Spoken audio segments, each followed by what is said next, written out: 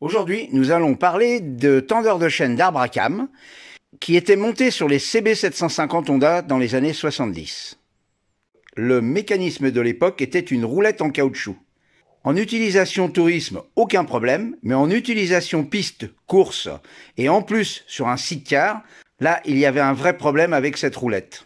Sur un moteur préparé, les moteurs ont des montées en régime beaucoup plus rapides. Et là, à ce moment-là, la chaîne tournait tellement rapidement à la montée d'accélération, elle faisait office de chaîne de tronçonneuse sur la roulette. Et en plus de ça, les appuis latéraux du sidecar faisaient que la chaîne se baladait droite et de gauche. Sur le sidecar que je suis en train de remonter, lors des premiers roulages de celui-ci, nous sommes allés à Magny-Cours et au bout de 4 tours, nous avions réduit cette roulette à l'état de charpille. On a mis le deuxième moteur pensant qu'il y avait un autre problème que celui-ci. Et pareil, au bout de 4 tours, la roulette a été détruite. Je suis allé voir tout de suite Honda France, qui m'a ensuite proposé un autre tendeur. Le montage qu'ils avaient fait sur leur moto d'endurance ressemblait exactement à ce modèle. À ce jour, il n'est plus possible de se procurer un tel tendeur, donc nous en avons fabriqué un avec les moyens du bord. Le tendeur que nous avons choisi pour nous dépanner provient d'un GPZ 750. Ça, c'est l'ancien montage. Et ça, c'est le nouveau montage.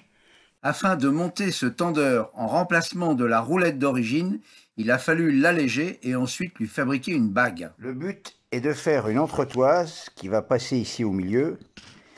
Le petit problème, c'est qu'il y a des différences d'épaisseur de matière, mais je vais réaliser une pièce avec un cymblot d'aluminium et ça va le faire. Je perce un trou central de 13 mm et ensuite je vais y insérer mon entretoise.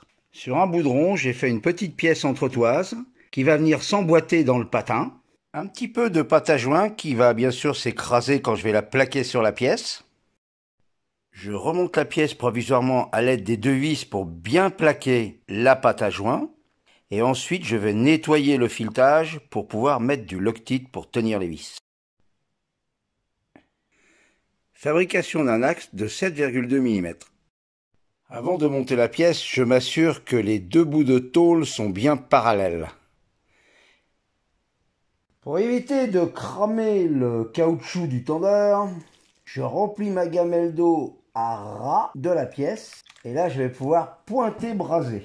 Pour cela, j'ai mis un bec de 70 seulement et je vais utiliser ma baguette miracle qui fond aux alentours de 600 degrés.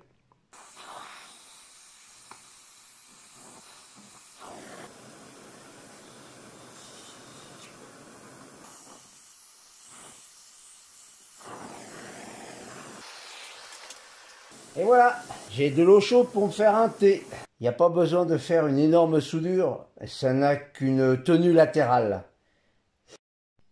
Et bien voilà, le montage est terminé. J'ai juste enlevé un tout petit bout d'alu ici en haut du tendeur, parce qu'il est un petit peu près du carter. Le tendeur il est fini. Affaire à suivre. Merci d'avoir regardé.